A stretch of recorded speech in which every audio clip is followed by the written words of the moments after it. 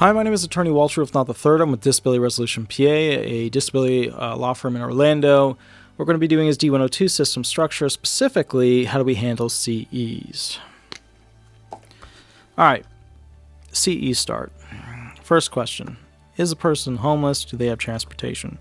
So we've got claimant. If they have transportation, cool, they can drive themselves to a CE. If they don't, they need a cab to get to their CE. Okay. DDS will usually call us and say, hey, we want to set up a CE to have medical documentation on this person because it doesn't appear that they have much medical documentation.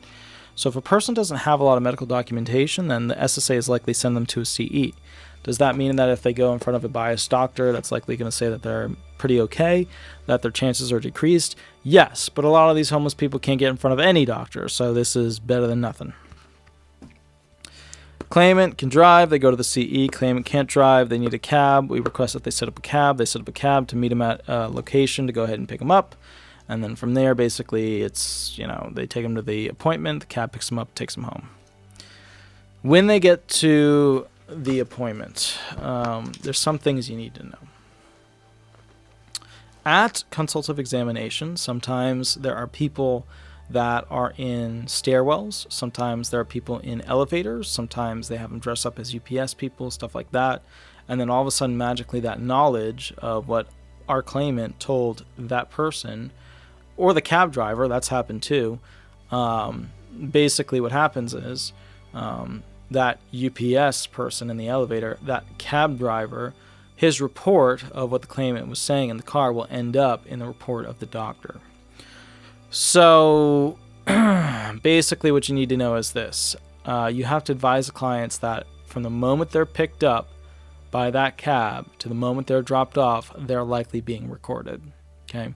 So if they say, oh, I'm just, trying to get some money, not really disabled, that'll probably end up in the actual report of the doctor, and then they'll definitively get denied. Most claimants aren't that stupid, but most of them are. Now I think about it, most of them are. Yeah, definitely. So let's talk about that real quick. Client goes to the medical appointment. Client opens all the doors. The doctor walks significantly ahead of the client, makes the client hold the doors, open the doors, things like that. He'll write it into his report. Client is capable of walking at an expedited pace and opening and closing doors. Ambulation, fine. Doctor will go into the room, won't really listen to the claimant, will write up a quick report, click, click, click, done, done, done, and then basically he'll hop out of the room. The claimant will be like, that's it, I was here for 10 minutes. And most of it wasn't even with the doctor. And then we'll receive a report where the claimant is waiting for their, cab to pick him up again, or their ride. And basically the report will say, the claimant was in good shape and good spirits and laughing with other people in the lobby while they were sitting there. Warn them that they are under surveillance, whether it's video, whether it's audio, whether it's just somebody watching. They're under surveillance at all time. Okay? At all times. So there's something to consider there. There's another thing too, which is that those CE doctors are not there to prescribe medication. They are purely there to get a snapshot in time as to how the claimant is doing in, their current state of being. So they're not supposed to prescribe medication. They can advise the claimant to go get something checked out, but they are not there to prescribe medication. The only time they should be really giving you medication is if it's an emergency and you're dying, or something happened, or they're doing like an FEV test where, you're seeing how bad your COPD is, which is the whole respiratory system where you can't get air into your lungs that well.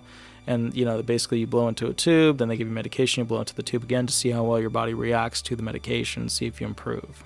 All right. That's what a CE is. Now, what do we do with CEs? We'll get like a CE notice in the mail. We call the claimant, we tell them, hey, this is when your CE is.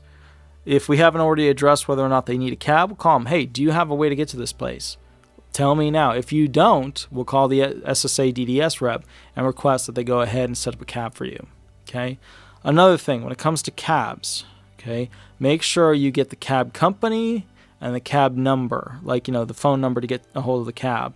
The reason is this: when the claimant walks out of their doctor's appointment. Sometimes the cab will be gone and, will totally forget about what was going on.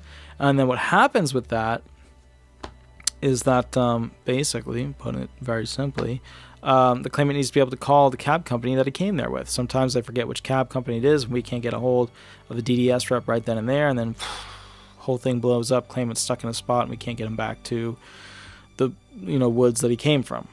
So just something to consider. All right. D102 system structure. How do we handle CEs? That's how we handle them. Attorney Walter Hnot, Disability Resolution PA, Orlando Law Firm. I'll catch you at the next video. Thank you.